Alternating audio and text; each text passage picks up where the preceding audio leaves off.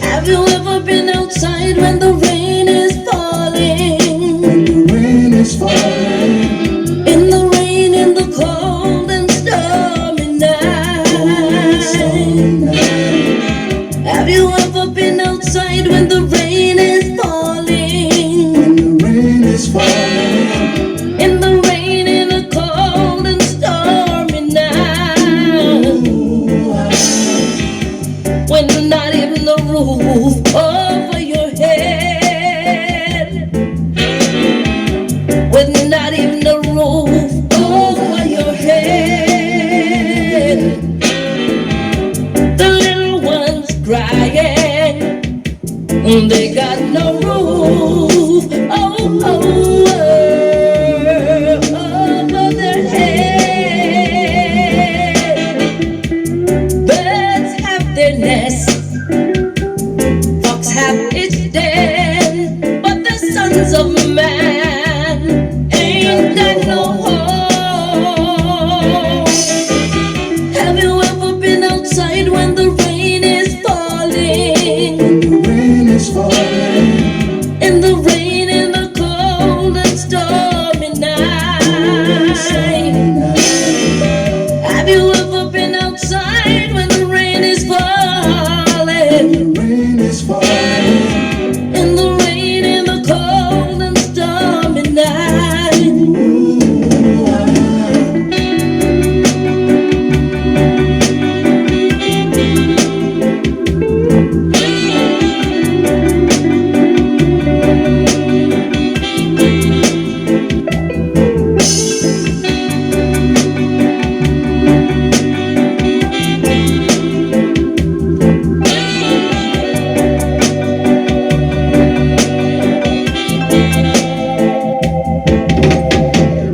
Have you ever been outside when the rain is falling? when the rain is falling, In the rain, in the cold and stormy night. Have you ever been outside when the rain is falling? when the rain is falling, In the rain, in the cold and stormy night. Have you ever?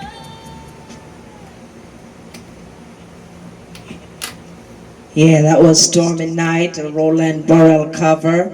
Yeah, I did that one for Musical Ambassador. Yeah, welcome from the couch. I'm JoJo Mac. Well, I just want to talk today. I don't, I never know what I'm going to talk about sometimes when I come on here because I'll think about talking about something else and one thing, and then I know that one thing is going to take forever to talk about. Some of these things I have to talk about are going to be in parts 1, 2, and 3 because some of these things, just take time. Well, today I just want to talk about the very first time I stopped being nervous, and it was also the very first time that I headlined my own show. See, I was Goldie then back in Washington, D.C., and there was a place called Reggae Clubhouse. It was on Upshur Street, 13th and Upshur they call it also, because it was at 13th and Upshur. And they had just opened up a second side. It was one side, they had one side, and it was huge. And they opened a second side, and they had never had any live shows there before. It was mainly dance and parties and whatever. Yeah, and they were never open on a Sunday night either. Yeah, but my management, they secured a Sunday night for me and decided, look, because people were loving me, people were loving my performances across the DMV. So I was doing a lot of college circuit as well. So Maryland University and them places. So they decided, let's people are loving you and people are coming out to see you. People are actually coming out to see you and we want to see, what kind of fan base you have, how the people them really feel about you. So we're gonna put on a show with you at 13th and Upshur. You know, at the time we had a place too. We had a DC Civic Center, Symbolic House, but all of the young people them were like going to Reggae Clubhouse. That was like a spot. It was a different place, because our place was known mostly for concerts and stuff like that. There was more like a club scene kind of thing. So that's where the younger people and the crowd was when it wasn't a concert or something. So we decided to take a Sunday night. They gave us a Sunday night, and nobody ever come out on a Sunday night at that place because it was never open. So it so happened that they billed me as the headliner. We had a guy named Snake. Snake is not doing this anymore. Snake doing a whole other thing. He will leave the music business altogether.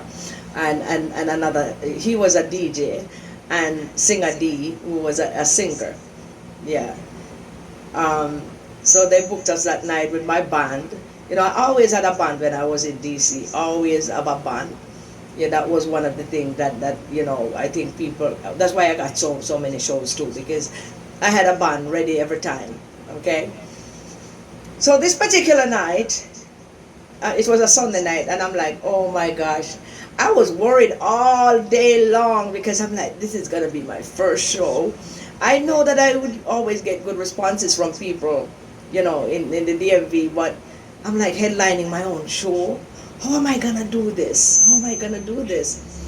And the night of the show came, and when I got a call from one of our people at the venue saying, "Wow, this place is so jam-packed already." I hadn't gotten there yet, and they were like, "This place is so jam-packed, they're turning people back."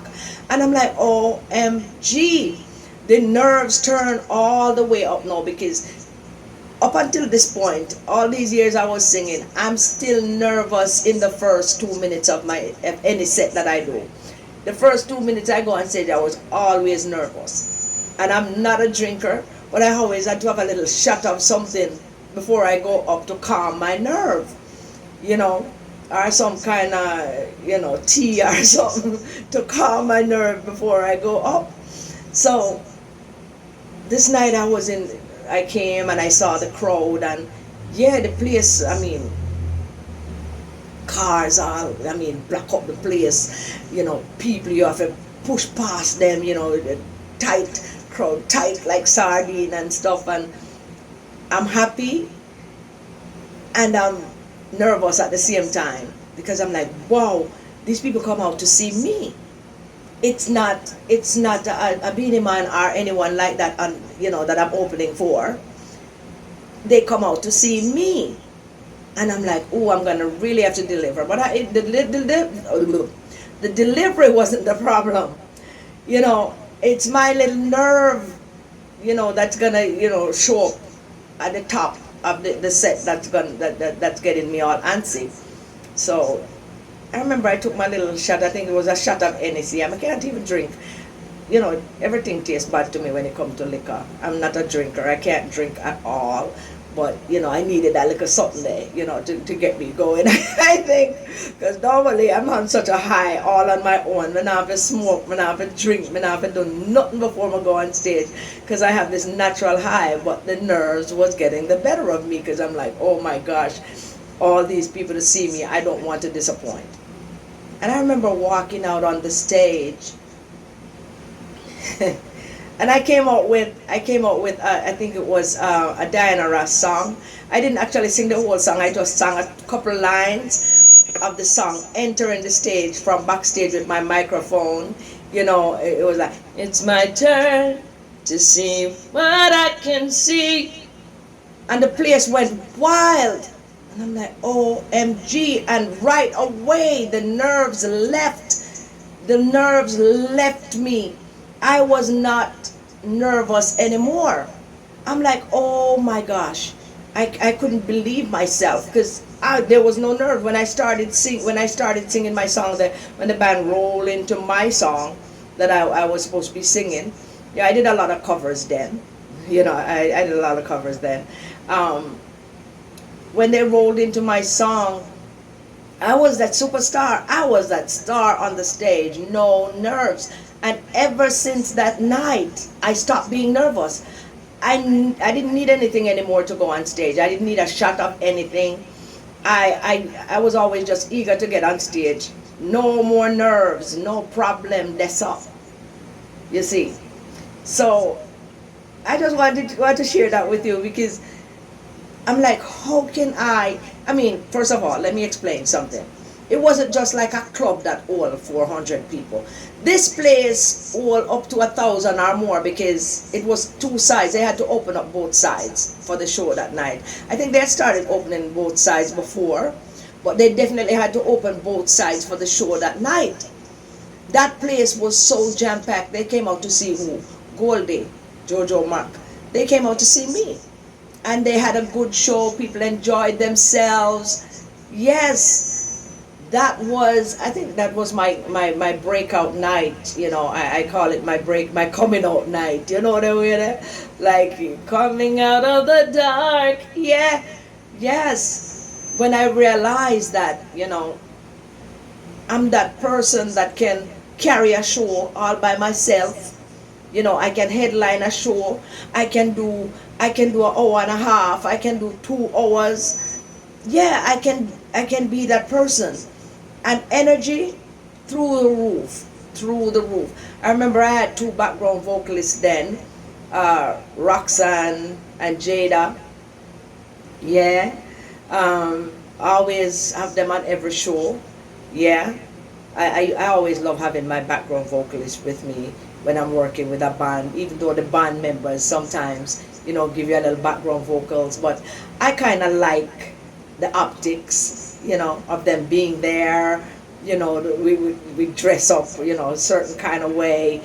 I love it. Yeah, so I know I can headline a show. I know I can carry a show by myself. I can do that. And you don't miss anything. You don't miss a thing. You go home feeling satisfied, sated. You know what I mean? Yeah. And it gives me a good feeling to know that, I can actually headline a show and do a show for 2 hours. And, the people stay. People stay for the whole shebang. Yeah, they actually stay for the whole show. That was also the first night that I ever signed autographs. You should have seen me out there signing autographs and stuff. I didn't even decide that what my autograph would be yet, because I was not used to that. So signing autographs was not my thing until that night. So I really felt like a superstar that night. Yeah. And looking back, I've headlined shows since then, but that was my big coming out, and it was awesome. It was fantastic. I would do that all over again and again and again and again. So I just want people to know that, look, I can carry a show for an hour and a half. I can carry a show for 2 hours. I can carry a show for 3 hours if I have to. I can carry a show all day if I have to. Just give me a little time to take a little sip of water here and there. And I'm on it, okay? So I just want you all to know out there, the festival people, all of you doing the rum festival, the this festival, the ganja festival, all kind of festival. Call JoJo Mac, yeah? Call on JoJo Mac. I'm here. I have the songs, I have the catalog, I can kick it. Yeah, and it's no drama me, no drama to my thing, I'm not a diva, that's all the sorts. Yeah, I would never even call myself a diva because diva come with a certain stigma. I'm not a diva. I'm the bad singer girl, I'm the bad singer girl. Just like it said, me, I'm the bad singer girl. I can hold my thing like for hours on end if I have to. You know what I mean? I'm used to the band thing. I'm used to the track thing. And even when I sing on tracks, there's nothing missing. The energy is so up there that it's like you don't even miss it. It's like you're still getting that band feel when I sing on tracks because nothing I'm missing. It's you know it's still that fatness, that good feeling that I can bring to the stage even when I'm on it by myself. No boredom to the thing. No boredom to the thing. So I'm here for your concerts, for your festivals. But there, I'm here. If you want a female to blow up the stage, I'm that girl. I can do that for you. I can do that for you. Just letting you know. Yeah, just letting you know that I can be that one for you. So feel free to call me. Feel free to have me on your stage. Ratatan, what you say? Call me now. Or come blow up that stage over in Europe, right? Yeah, I'm hoping to go to Europe soon and the UK. Yeah, I'm hoping after the COVID give us a little break. You know, I'm hoping when the place open up 100, because I know it's not open 100 yet. But yeah, I'm looking to do some work. If you really want excitement on your stage, and you know, I can bring it for you. So I'm here, just letting you know I'm here. I'm not gone nowhere. Alright? And like I said, I'm gonna sing something at the end of the show. I'm just looking at something on my... Yeah, I'm just looking at something on my phone. But yeah, it's another episode of From the Couch. And you know where we are now? We're at that point where I'm gonna do a little piece of song for you, right? Just to keep you reminded of my music. That's why I play one at the top of the show, and that's why I sing one at the bottom of the show. You at least give you a little piece, you know, because where you really want to see me sing, trust, is on the stage, right? Yes, sir. You know, just a little something. So the song I'm gonna do for you is called Dread Out There. That's a song from Breakout Records. Alright?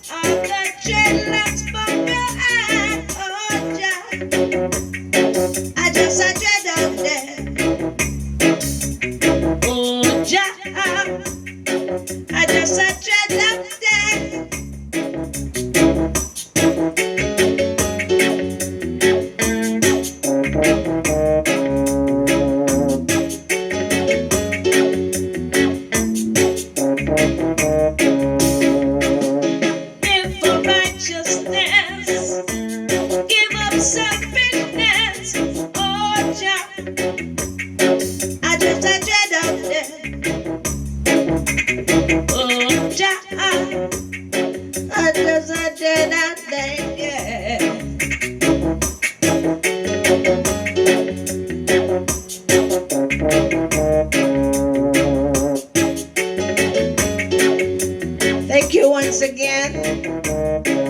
Yeah, thank you so much for another From the Couch. And you know I'm gonna see you again soon, right? Yeah, I'm JoJo Mac. And this is where I say, bye-bye. That's it for this episode of From the Couch with JoJo Mac. Please don't forget to like and share and comment. And if you haven't, subscribe. And don't forget to click the bell icon to be notified when the next upload happens. Thank you.